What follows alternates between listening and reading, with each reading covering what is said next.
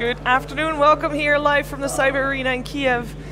With me is EternalEnvy. Envy, you're a Cloud9 player, yet you're playing for EG this tournament. How does it feel playing for a different team? It's pretty good. I can hear myself. You can hear yourself. That's how that works.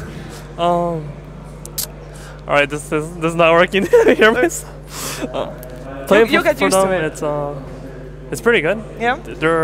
It's a LAN, so everyone just gets randomly confident. And they're confident in me, and I'm pretty confident in them, so it's pretty easy to stand in for them.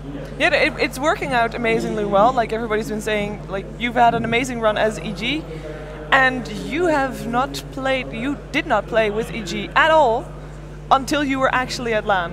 Yeah. Is that not a little bit weird for you? I mean, I play carry. I'm playing for a carry role, though I don't play half the heroes I'm supposed to play for carry, since RTZ's playing them.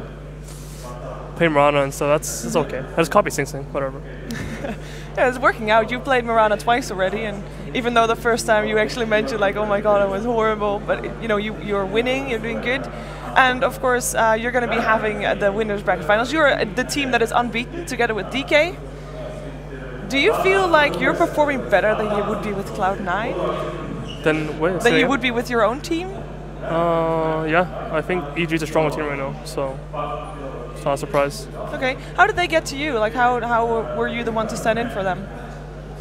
Well, they were talking about their problems. Like, I'm good friends with RTZ, so he's telling me about his problems for a while. And like, I didn't talk to him about being a stand or anything, though. He just randomly came up to me and said, "Oh fuck, we're screwed." You want to come to Europe? Stand? Yeah.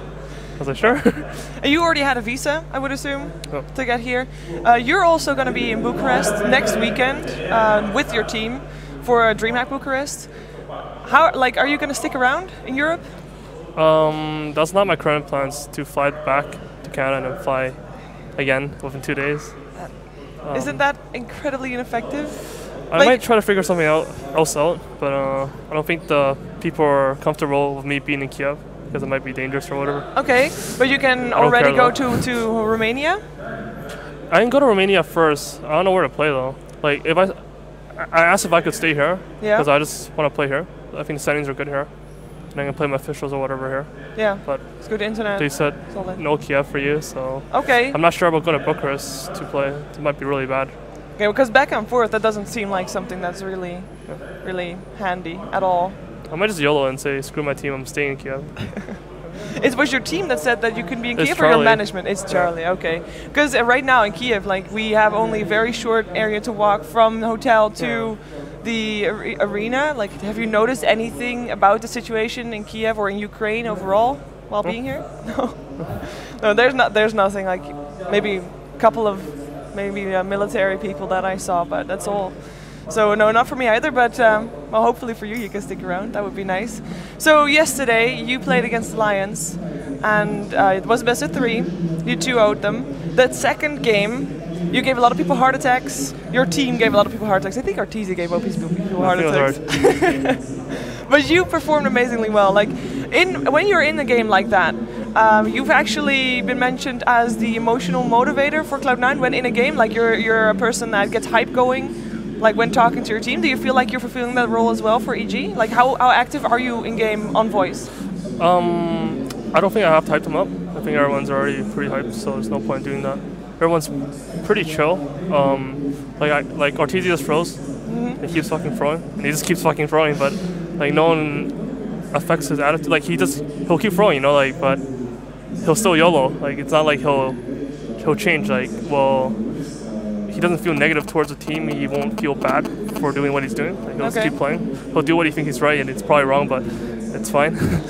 Is there not communication about that at all? PBD flames him a bit. I flame him a little bit. So it's fine. Like, we just keep playing, and that's really nice. Usually, you might feel like you die once, and then you feel bad, and then you know your teammates thinking you suck and stuff, and then things goes wrong. But when RTZ is throwing, like, it's not like we're like, oh, RTZ sucks. Like, do you feel like keep playing. Do you feel like you have extra pressure on you because you're a stand-in? That if you do bad, you'll be criticized harder than the rest of your team? I feel a lot of pressure, like, when I'm at the hotel or walking around thinking about these things, but in game, no, not at all. Like, the team's really nice to play with.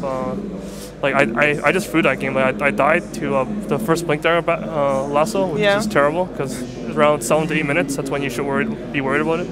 so I thought 8 minutes, and then I think that's it actually. I think all the other deaths were okay, but like still after the first stuff, usually like it can get bad from there. Like you start thinking about things, but no, I just kept playing. It's pretty nice. Yeah, and it went really well. I mean, you won in the end. So are you discussing things with the team? For example, during the draft, do you feel like you have an input on that? I mean, you're not officially part of their team, but how does that go? Yeah, I think I give the dirt most input right now. I think Clairvoyance gives the most input actually. Okay. And then I think RTZ and I talk to PBD a lot. He asked me what I want and stuff like that, and I feel like he trusts my judgment on picks, so it's good. In game, I think me, PBD, and RTZ talk the most, but it's so nice how let's say PBD makes a call, yeah, and I say no, which happens a lot, like every game, like 10,000 times. Okay. Someone else, within 5 seconds, will instantly say, let's do this or let's do that. Like he'll agree with me or agree with PBD, which I won't feel negative or like if he agrees with PBD. That's fine because it kind of means we don't know what to do. And then once multiple people like agree to one thing, we start doing stuff within like 5 seconds. That's really good. It's really bad when like two people say different things. Yeah. It's not like we're clashing like oh fucking PBD wants to do this but he's an idiot. Like that's not how it is. It's like I think we should do this and he kind of thinks he should do this but we're both kind of iffy. And then someone else joins in.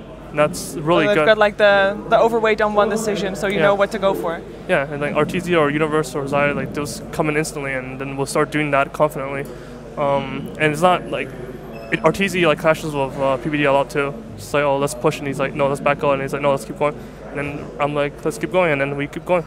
It's pretty effective, efficient communication. Is it the same with your team? Like, how do you communicate it within Cloud9? Well, on LAN, people are usually more motivated and stuff, so it's kind of unfair. It's like if they're losing online, I don't know, maybe they'll just start. Yeah, you can't compare the two. Yeah, it's kind of hard, so it's unfair and biased right now.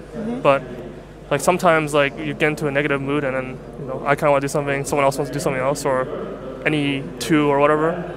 Or like one person says something and everyone's like iffy, they know it won't work, but they won't say anything because they don't want to take responsibility for the play. They're like, oh, let's follow this guy, and then once we fail, I can flame him, and those things happen a lot in like professional play, and like I think it's the wrong call, and I won't say anything because I'm not too confident in my call, and then we just let it happen, it dies, and then you feel really bad, and stuff like that. Do you feel like you're learning things for your own team while being with EG, like things you can actually implement into Cloud9? Learning things about picks. About everything, the whole team. Yeah, the team atmosphere thing I'm learning, but my team has to incorporate it first. Yeah. Hopefully it'll work out. For play and stuff, not really. I think they're learning more from me. Okay. For draft, I'm learning a bit, but like if they win this tournament or they do well in this tournament, like we would probably copy them anyway. So. Yeah, most teams would. I mean. Like you already see teams picking like Tree and Dazzle and stuff. And Darksea here has been. Yeah, Darksea on Empire, I think. Yeah. Yeah. Correct. So, like for picks and stuff, like. That was the thing I was looking most forward to learning because I really respect his drafts. Okay. I think he's been out-drafting everyone for like 2 months straight. But, I mean, I guess everyone's going to learn that anyway. That's true. So you said you're gonna go back and forth to America maybe, if you're, hopefully not for you. But is there then any time for you to prepare with Cloud9 for DreamHack Bucharest? Are you planning on maybe get some preparation before the event actually starts? Because the event is actually in the whole weekend, right? Saturday, Sunday are the games. I don't know. Like, I'm gonna go back and then I don't know if we're gonna scrim. I don't. But not on a LAN setting? Oh no, we're not gonna do any boot camps or stuff like that. Okay. I need to go back and play my own heroes.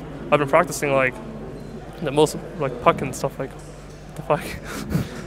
You learned to play new heroes this way. You've been scrimming a lot as well in the Players Lounge, I believe. Or no, you were scrimming right before your match 3 times. yesterday. Yeah. I mean actually pubbing. My bad, pubbing. Yeah, I've been pubbing, just playing. Is that what you do also in between the games? Like that's you go back, just play. Not as much as I should be, but I don't really understand how much stamina I have right now since it's hard to sleep in a LAN. So I'm trying not to play too many games. And talking about LAN, I mean this is your first time at Starladder, I believe. So how do you find it? How do you think Starladder is? I think it's the most everything feels so relaxed there. Okay. I think it's even better than MLG. MLG was pretty damn good. But yeah, it's like I know what I should be doing. The venue seems pretty big.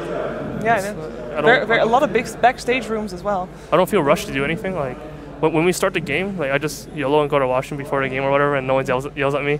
And I'm legit, I know they yelled at me, and they don't randomly start, like just press the start button and like, oh shit, they're starting, like kind of get the confirmation from all the players and everything. Seems a lot more relaxed. So the tournament organization is relaxed. In the venue itself, what do you think? Actually, there's one thing I hate. I don't like how they.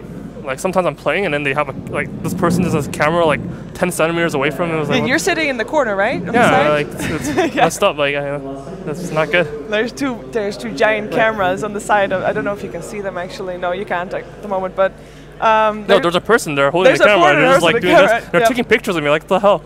Yeah, and you're also sitting in pretty big lights. Like we're sitting in a light right now, obviously. Do you have any issues with that? Because I heard one of the players said that he was annoyed that he could sometimes see his own reflection in his monitor because the lights were so bright, like behind / above him. Well, I haven't seen that yet, but now I might.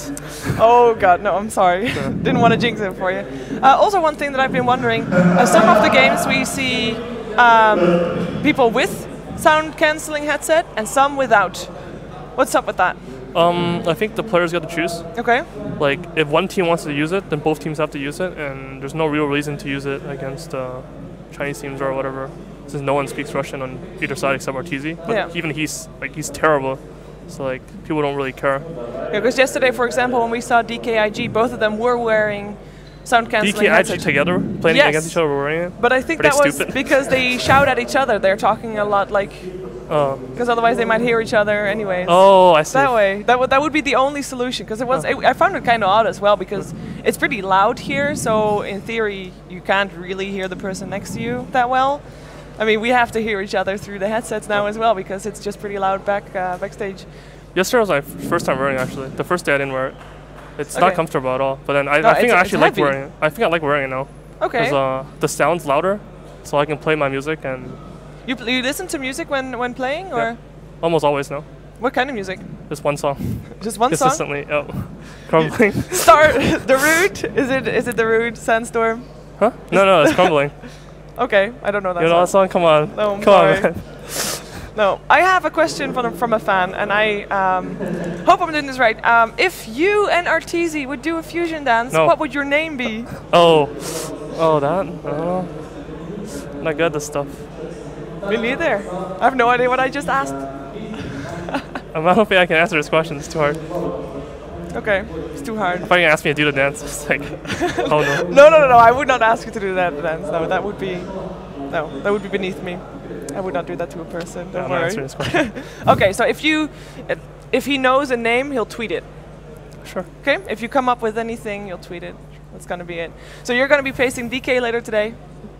Before that, we're going to have IG versus Na'Vi. Any thoughts on IG versus Na'Vi? I don't know, it's best of one. Yeah, it's best of one. Don't know what could happen. I think Denny's going to play Tinker. Again? He's been playing Tinker non-stop in pubs. I think he played like 20 games. Probably lost 19 of them. Burn. No, he did. Okay, he actually did? Yeah, he actually did.